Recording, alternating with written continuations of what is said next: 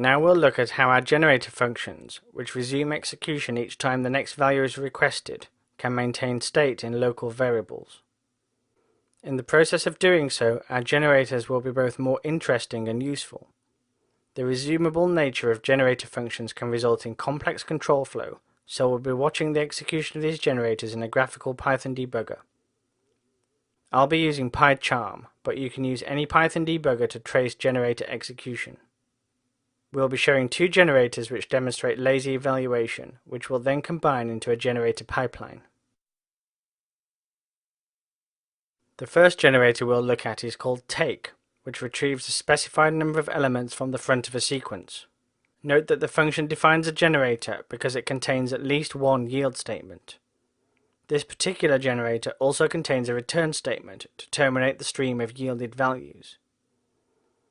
The generator simply uses a counter to keep track of how many elements have been yielded so far, ending the sequence when we reach a specified count. Since generators are lazy and only produce values on request, we'll drive execution with a for loop in a runTake function. In runTake, we create a source list called items, which we pass to our generator function along with a count of 3. Internally, the for loop will use the iterator protocol to retrieve values from the take generator until it terminates. Once execution begins, the for loop in runTake requests a value from take, which runs until it encounters the yield statement. At this point, control returns to runTake, which prints the value, until we get to the next iteration of what is in effect the outer for loop. Each iteration of the outer loop causes execution to be transferred back into runTake just sufficiently to yield the next value. Eventually, the counter variable is equal to the count argument and will literally return from runTake. Behind the scenes, this raises a stop iteration exception which is caught by the internal machinery of the for loop in runTake. This is the signal that take has done its work, so the for loop exits and the program completes. Now let's bring our second generator into the picture. This generator function, called distinct, eliminates duplicate items by keeping track of which elements it's already seen in a set. In this generator we also make use of a control flow construct we have not previously seen, the continue keyword.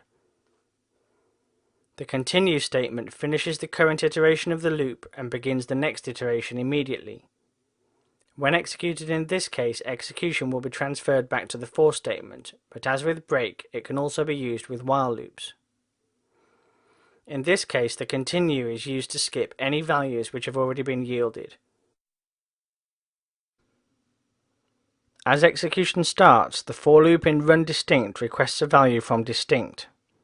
This runs until it reaches yield, which on this iteration simply returns the first item retrieved by this inner for loop from the items list. Control flow transfers to runDistinct, which prints the value and proceeds with its next iteration. Note how when execution of distinct resumes, we actually complete the work of the previous iteration by remembering the value just yielded before getting on with the most recently requested value. We can do this because item is not reassigned until we get back to the for statement.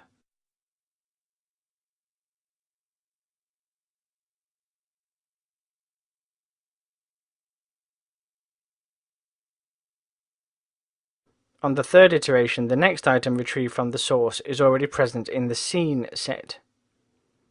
Control enters the if block and the continue statement is executed, transferring control back to the beginning of the innermost loop.